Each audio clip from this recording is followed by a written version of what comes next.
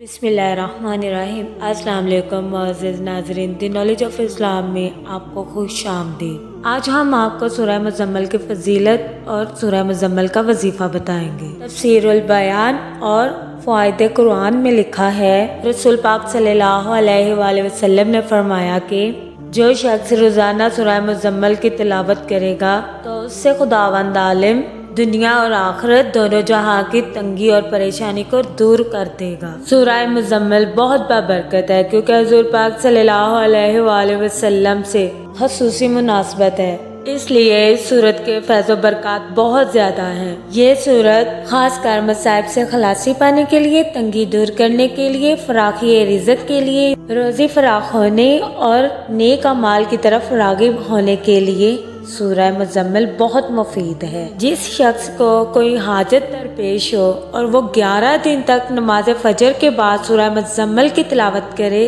گا تو انشاءاللہ تعالی اللہ تعالی اس شخص کی تمام حاجات کو ہاتھ اٹھنے سے پہلے قبول فرمائے گا اور اس کی دعا پر کن فرما دے گا انشاءاللہ تعالی۔ ہمارا YouTube channel the knowledge of Islam کو لائک کریں، شیئر کریں، کمنٹس کریں، سبسکرائب کریں اور بیل آئیکن کو پریس کرنا مت بھولیں تاکہ ہمارا آنے والا ہر نوٹیفیکیشن آپ تک پہلے